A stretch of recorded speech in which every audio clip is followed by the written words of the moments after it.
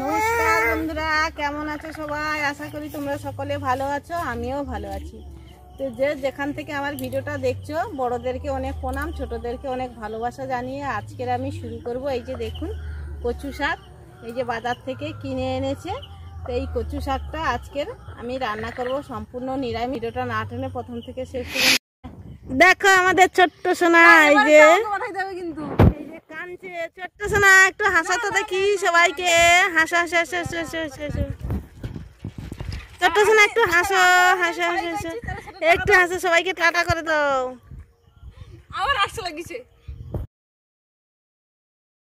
এটাকে আমি কেটে নেব, ছোট ছোট করে সুন্দর করে কেটে নেব। এটাকে ছোট ছোট করে কেটে নিয়েছি। এটাকে পরিষ্কার করে ধুয়ে নিয়ে আর এটাকে আমি একটু লবণ দিয়ে ভাপিয়ে নেব।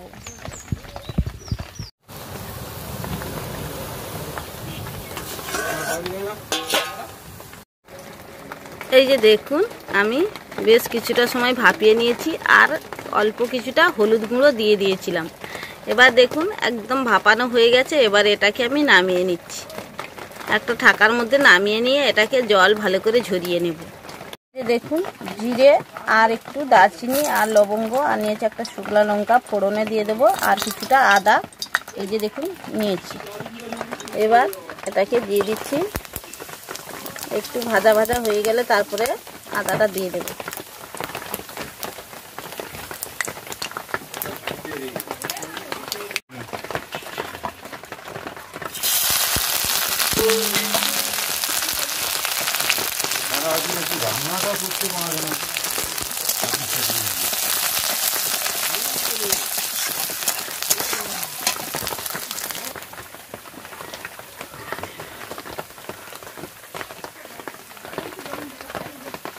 এই যে দেখুন সব কিছু দিয়ে দিয়েছি, দিয়ে এই যে কচু শাকটা দিয়ে দিলাম। এবার দিয়ে দেবো নারকেল কোড়া,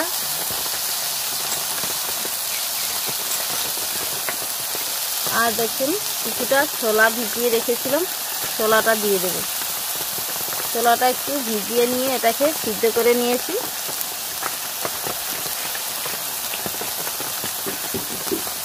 সব কিছু দিয়ে দিয়েছি, দিয়ে এটাকে একটু সময় রান্না করে নেব।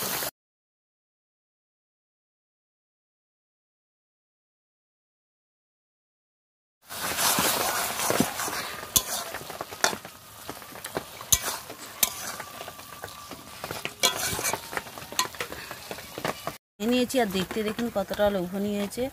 আর আজকের এই কচু শাকের নিরামিষ রেসিপিটা কেমন হয়েছে অবশ্যই কমেন্ট করে জানাবেন। আর আমার এই নতুন নতুন রেসিপি পেতে চ্যানেলটিকে সাবস্ক্রাইব করে সঙ্গে থাকবেন। ভিডিওটা প্রথম থেকে শেষ পর্যন্ত দেখার জন্য অনেক অনেক ধন্যবাদ।